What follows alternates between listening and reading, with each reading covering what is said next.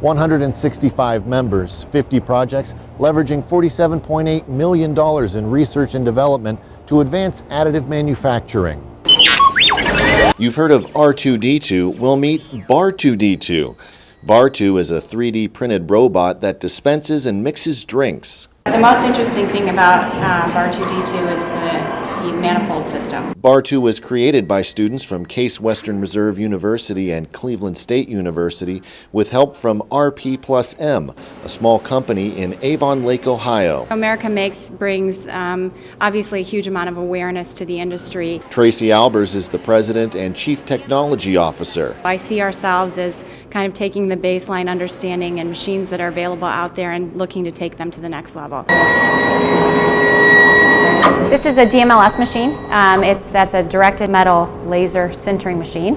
What it does is take a powder bed of material and basically allow those particles to fuse together layer by layer. Right now we're creating a little bit of a fun experiment, looking at some customized products. So we're looking at customized buttons, which is kind of a joke around here, but it's also pretty fun. RP+M was one of the first members of America Makes, and still I think one of the only small businesses that's part of the consortium that is really focused on additive manufacturing. Do we make parts and sell them? Yes, we certainly do, but we certainly do a lot more than that. As a member of America Makes, RP+M collaborates with several original equipment manufacturers as well as universities and government agencies. Most of our grants and funded development programs are supported by a consortium of people. So a typical program that we would be involved in might have 6 participants in it. Tom Santelle, Strategic Program Director at RP+M,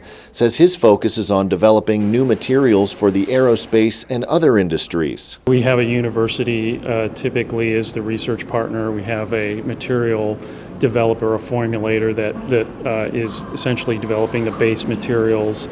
And we typically have an end-use customer, an OEM, like a space or aerospace company. Certainly a huge amount of activity in the material space. If you talk to anybody that's used additive and that uses it on a daily basis, I think their biggest complaint is there's not enough materials. I can't print enough things. We take materials that are kind of a lab scale, in that lab scale early development phase, and we scale those up to commercialization. We collaborate with material development companies, and we pretty much every project that we are involved in, we develop some type of novel material.